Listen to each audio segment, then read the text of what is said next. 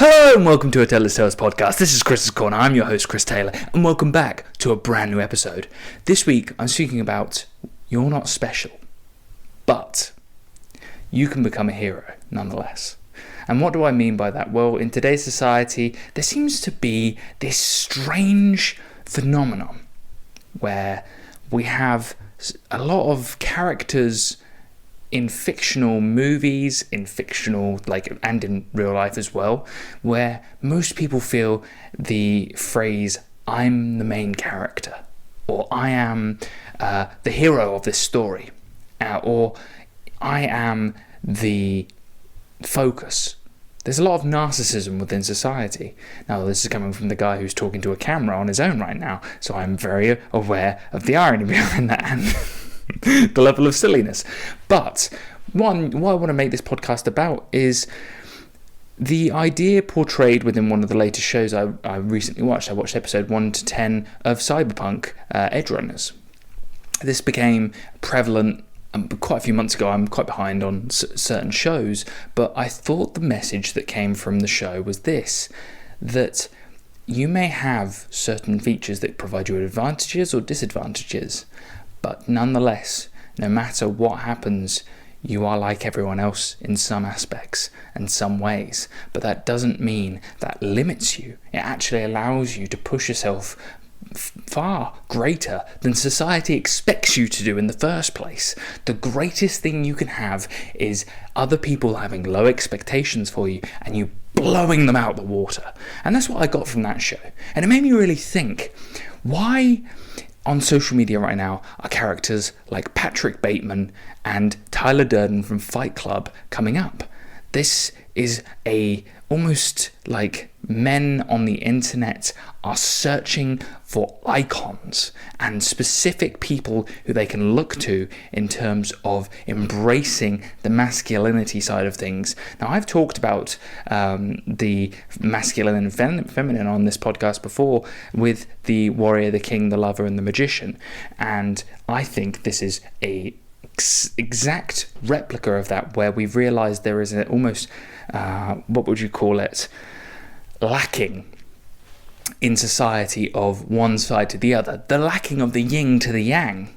And so I want to cover a few characteristics, but before I do that, I do want to think about Neil deGrasse Tyson's recent comment. Well, not recent, it's been a while. He said about this, he said on the Joe Rogan podcast that the universe is so massive, so huge, so big that the possibility numerically that you are doing the exact same thing at the exact same time on the other side of the universe or in another parallel universe, you're doing the exact same thing down to the split second. That is how huge and massive the universe we live in exists, and that is it right there. You should be thinking to yourself, well, we live in such a universe that it provides me the opportunity to be able to be the best person I can, knowing that no matter what I do, there's still the idea that there's someone else doing the exact same thing. To me, that provides me with this amazing confidence, this amazing idea that, wow, if someone else is doing it, then what I'm doing can't be that bad. The universe isn't falling apart. There is somebody out there going through the exact same thing I'm going through to the point, to the split second. And this is where I find things really interesting. When I mentioned Patrick Bateman from American Psycho and Tyler Durden from Fight Club, I thought to myself that these are quite extreme characters. And we live in an extreme society, so I totally understand it. But what I don't understand is how you can look to these specific characters. Now, yes, they have some extremely good habits, but they are counteracted by some extremely bad ones, aka psychotic mass murdering psychopaths. Tonight, I just had to kill a lot of people! And then also blowing up buildings and allowing people to die because of your cause. You don't know where I've been, Lou. Oh my God! You don't know where I've been! What does it say about society now that we've created narcissism to such an extreme that we're idolizing two characters, one of which goes on a murdering rampage, killing people who he slightly dislikes because of their non-conformity to his idea of what is right and wrong, and what should and shouldn't happen, and how he conforms into society, and his insecurity is reflected on those people who make him feel insecure and no longer, or either too conformist or non-conformist enough. And that's Patrick Bateman. And then you've got Tyler Durden, who's so conformist that he has to extremely break out of that by basically creating a cult. So it's a duality of man that I find fascinating. And I think what I found with Edgerunners, in coming back to the original show, and why I say you're special, you're not special, but... And I think that's what we all get into, this level of narcissism, this level of me. Can we take that a little bit further, and let's look into that and say to ourselves, well, yes, I live within here. I live in this one perspective.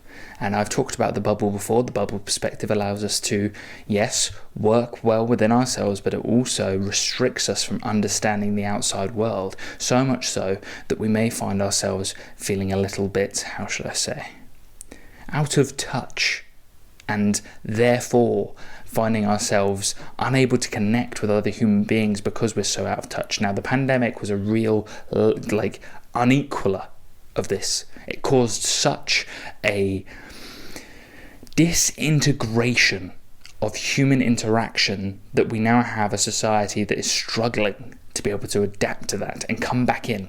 Because it's still there. I don't care what anyone says. There's still the essence of the pandemic coming in. And I say you're not special, but you can become the hero by saying this, is that even if we remove the narcissism, even if we remove the idea that you are the main character or you're not the hero, you can use it. It doesn't serve you not to think of it. If you can remove this me, you can flip it on its head and say, well, yes, I am the hero, I am the main character.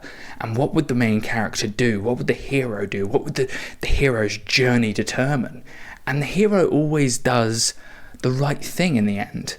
And this is why it makes me kind of sad in society where they say stuff like nice guys finish last. Well, yes, if you don't have the counteract of your dark side and you are pure light, then yes, you will fail. And that's 100% right. But what you're forgetting is that the knight in shining armor always wins in all of the stories, no matter what you go through. And that's a reflection of life as well as in the fantasy. And we look in these shows, and it worries me a little bit that people are looking at these characters, and you'll see this on YouTube Shorts or TikTok or wherever you go. This is becoming prevalent, these characters. You're seeing Peaky Blinders, clearly a gentleman within a fantasy show who is considered cool because he's a mass murdering psychopath who is a gang leader. Like, I understand the coolness, the quote unquote Sigma vibe of being able to overpower your enemy without actually having to kill anybody. That's a very interesting concept. But at the same time, we are in society now where we look more to the Joker than we do to Superman. And it's because apparently, and I've heard this before by, I think it was Michaela Peterson, who's saying Superman doesn't have an edge to him, and that's why she prefers Batman. And I always think to myself, yes, but no. Why are we not looking towards the white knights of society? Why has everyone got to have an edge? Because the more we go down this rabbit hole of darkness, of where everyone has to be the anti-hero, we're going to be looking more to the Vegetas than the Gokus. It is going to start to be a society that closer and closer to the edge, so much so that we may find looking in the mirror and not liking what we see. This is why I'm saying you're not special, but you can become the hero. Don't look to the villain. Don't look to the Joker. Don't look to these anti-heroes. or these villains, because that's exactly what Tyler Durden and Patrick Bateman are. They are not heroes, they are villains. And yes, Patrick Bateman has an amazing, what I would call skin routine and morning routine habits that you could incorporate into your life that are fantastic. Then I apply an herb mint facial mask, which I leave on for 10 minutes while I prepare the rest of my routine. I always use an aftershave lotion with little or no alcohol, because alcohol dries your face out and makes you look older. Then moisturizer, then an anti-aging eye balm followed by a final moisturizing protective lotion. Yes, you could take something positive definitely from how he lives his life, but it is thoroughly counteracted by the fact that he's trying to be a conformist whose pure outer shell is all that he has. And that all he is that outer shell being there for the rest of society. Now, Tyler Durden is the opposite.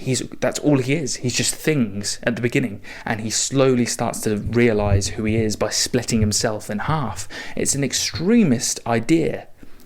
How do you get out of this idea?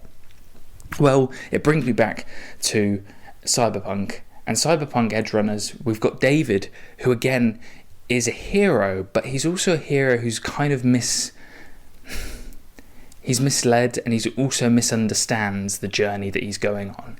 He incorrectly interprets messages that he receives. So his mum wants him to have a better life. Sadly, she dies within the show. Spoiler alert, I'm sorry. But within the show, you realise that he's interpreted messages from the people who he looks up to, and they take him down a very dark path that he could potentially have avoided. Now, he is in a dystopian world, a dystopian city, where the darkness itself is so great that society feels like it's on the bridge of collapse. But at the same time, it's not too far away from where we could be heading. If we continue to look into the villains rather than the heroes, when did Luke Skywalker, when did Obi-Wan Kenobi, when did Aragorn get forgotten, and we're looking so much more to these, characters, these villains, more than we are to the heroes? It doesn't make sense to me. And it doesn't really... It brings me to one of my favourite movies, Wall Street. Again, a character who I shouldn't be looking up to. Gordon Gekko isn't somebody who you should be looking to. He says the famous line, "Greed, for a better word, is good." That greed, for lack of a better word, is good. Greed is right. Greed works. Greed clarifies, cuts through, and captures the essence of the evolutionary spirit. Greed in all of its forms. Greed for life, for money, for love, knowledge, has marked the upward surge of mankind, and greed, you mark my words, will not only save Teldar Paper, but that other malfunctioning corporation called the USA. Now, this is where I look at this sentence. You are not special, but you can still be the hero, is similar to greed, for a better word, is good. To some extent, you must understand that you must channel your dark side to be able to balance out the light. To be greedy is good to an extent.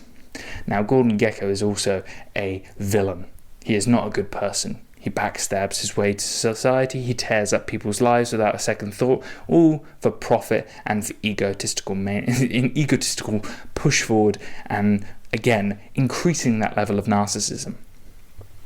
Because it's all me, me, me. And you'll have recently seen Cristiano Ronaldo coming on to the scene with an interview saying that he was betrayed by Manchester United and that he made it about himself rather than the club. Again, when you get to this level, sometimes you've been the hero for so long that you forget that you can also become the villain. I think there's a special line within The Dark Knight, isn't there?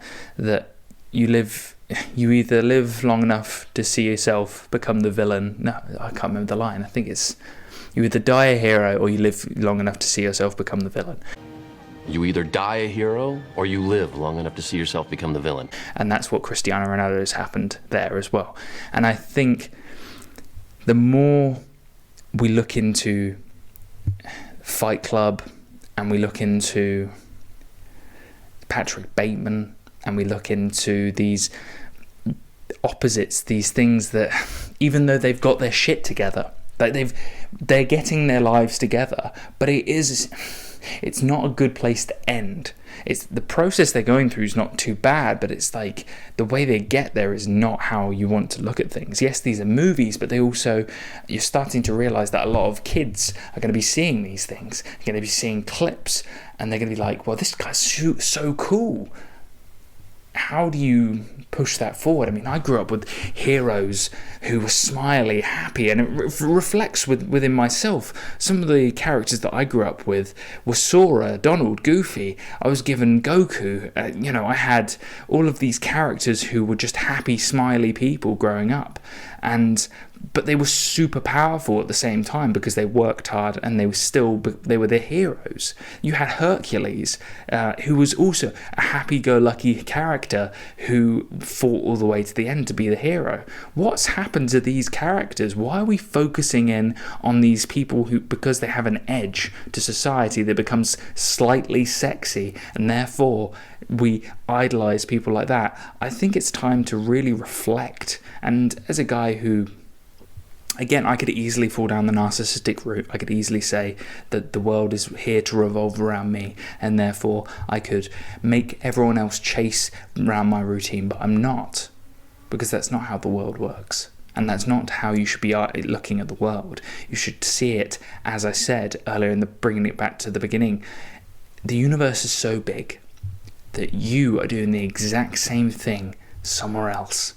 Wouldn't you like to know that it's good? Wouldn't you like to think that you are the hero on both sides of the universe? And knowing that you're not special, knowing that you're not, that you could be a replica. This is why I'm always intrigued by people who are scared of saying we live in a simulation. Well, if we live in a simulation, it's one hell of a simulation. It's one hell of a roller coaster ride of life that we live in, to be given this opportunity that we call life, to be given this glorious opportunity, this amazing place we live in, this world. And if you live in the West, like I do, you've been given a greater opportunity than anywhere else. You are given the opportunity of life that is by far the best quality of life in history. Let that sink in for a second. And now think to yourself, do you still want to idolize villains? Do you still want to look at the Darth Vaders? Do you still want to look at the Darth Mauls? Do you still want to look at the Patrick Batemans? Do you still want to look at the Tyler Durdens? Do you still want to look at Hades, for instance? It's all in these stories. What happened to Achilles, man? Like these heroes, these Perseus, these heroes who went on these grand adventures to do the right thing. And it's almost like we're getting to the point now where that duality is lost. One of my favourite films is called Platoon. Similar to, it's been brought up by Goggins before, and he looks at it as a different reason. He sees it as a way of not giving up. I think of the opposite. I think it's a relationship of two fathers. And for the main character, Chris Taylor, ironic, I know,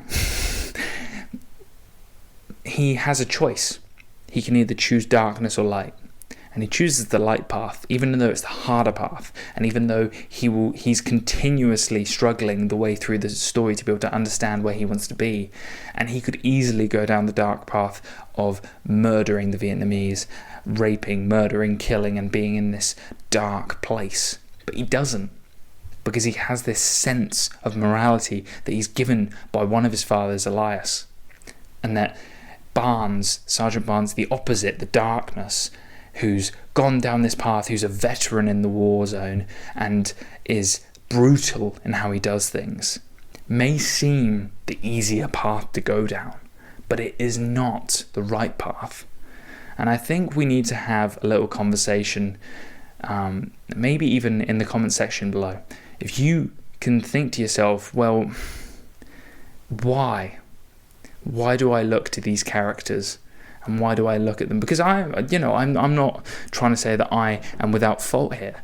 I also look at those. I used to watch American Psycho, and I've got Fight Club on limited edition. It's a great movie, but I don't look at that character and think I want to be like them.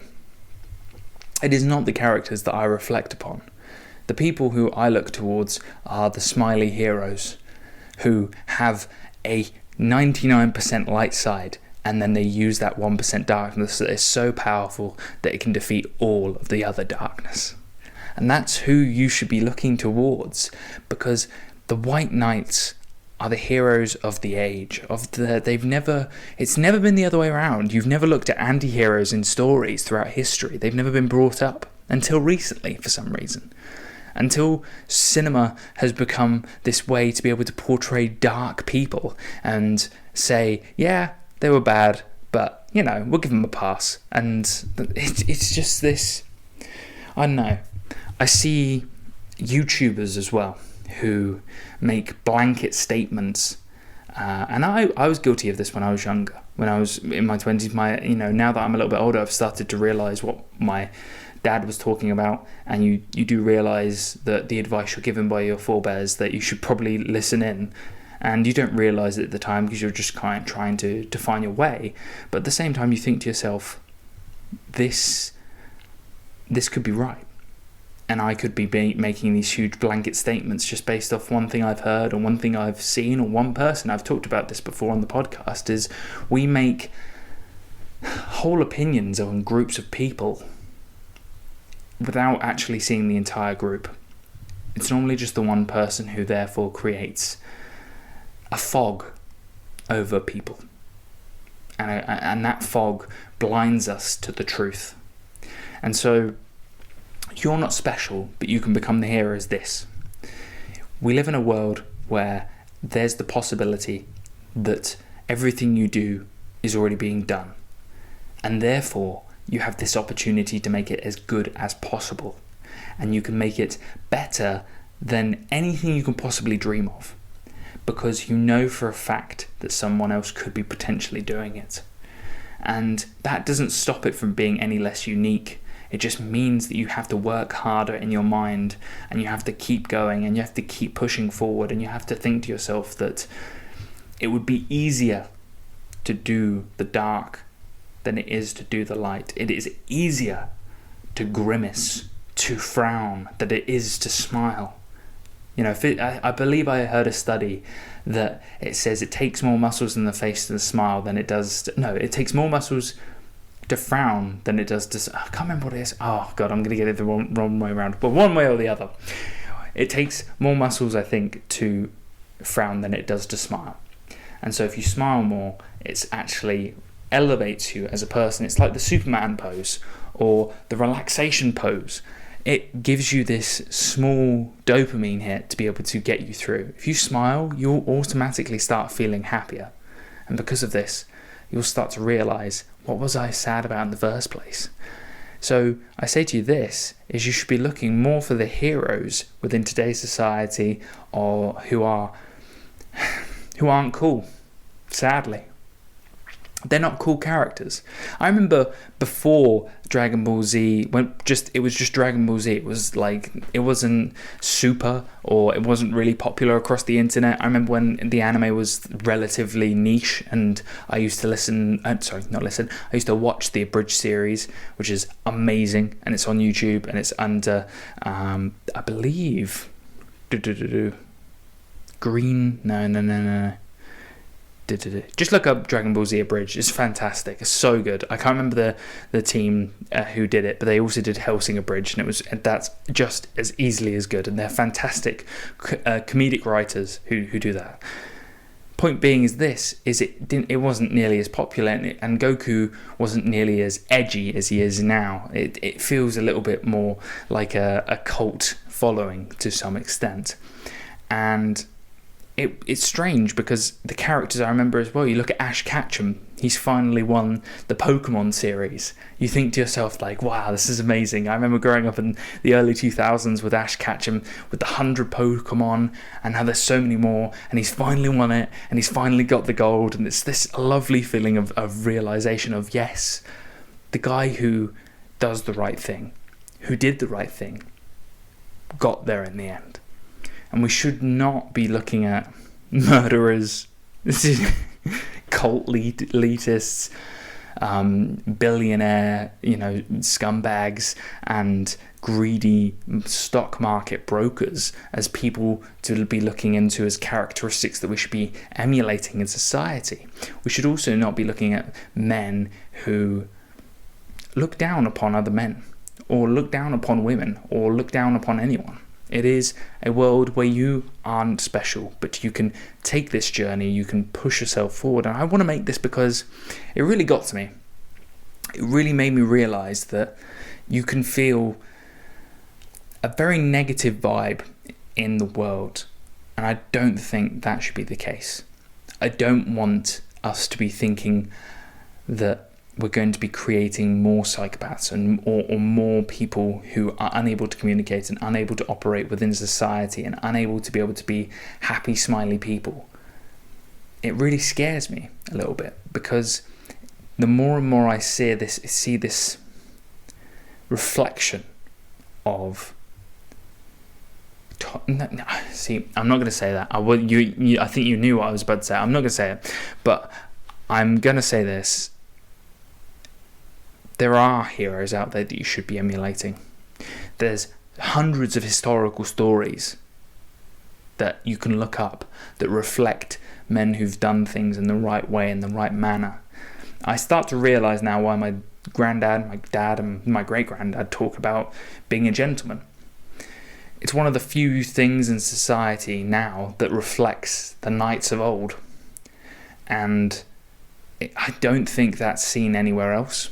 I don't think that there aren't many gentlemen left on this earth, I don't think. Proper gentlemen is what I see in it. And I'm not talking about just posh people. I'm talking about actual gentlemen, like actual knights, almost. And I look at my dad, and I think he was probably one of the last gentlemen of his age group, because I don't look at many. I've met so many people on this earth through my travels. Not nearly enough to make a judgment on everybody. But I have seen that the lack of that value and the lack of that knight in shining armour viewpoint, this focus on characteristics that I don't want to see in my kids, for instance. If I was to have kids, or if my friends' kids, I wouldn't want to see that. And yes, I take pride in how I look. I take pride in how I treat myself and how I'm working out every day and how I'm eating right and how I'm doing these things. And yes, it's, that Patrick Bateman where he's like, I do this, I do that, there's those levels, and yes, they're fantastic for you to become a better person, but that does not mean that that person, these characters, these people are characters you should be emulating. You should be emulating the good habits. And you should understand that those habits are there to help you, to make you feel clearer up here, to make this brain keep on ticking, so that you have a better quality of life, and so that the people around you benefit from that, and so that when you meet with them, you're a joy to be around. Because that's what it's all about. There's always going to be this moment in your life where you're going to realise that when you meet up with friends, they're either going to say to you that, damn, that was a great day, or they're going to text you and say, I can't wait to hang out again, or you're not going to hear from them again. And I want you to be the person who they always want to have around. I want you, the viewer, you, the listener, to be the person that people want to be around. You want to be the person who everybody wants to talk to, who finds themselves in this place where you're a happy, smiley person around them, and you don't feel weakness because of that, because society today is trying to push you down. And I'm going to bring you back up, baby. And if you got this far on the podcast, well done. You're an absolute endurance warrior of a listener. Thank you. But what I will say is this: the specialness that you're looking for, this acceptance from society, you're not going to get it. But what you can get is the hard work, the dedication, the stories you'll create, the amazing accomplishments that you will achieve, and in your own heart and in your life, that will make you the hero of this story. And if you can do that, well, damn, who cares about being special? So, I hope you've got something from this podcast. I hope you've enjoyed the ramblings about characteristics found within villains, heroes, all of these things. I don't really want to go back into the warrior, magician, the lover, and the king, but I think society's masculinity and femininity is kind of mixed up at the moment, and so maybe this will become more prevalent in talking points in the future. Who knows? Nonetheless, thank you for listening as always. This has been the Tell Us Tales podcast. This has been Chris's Corner. I've been your host, Chris Taylor, and as always, I hope to see you this time next week. Bye now.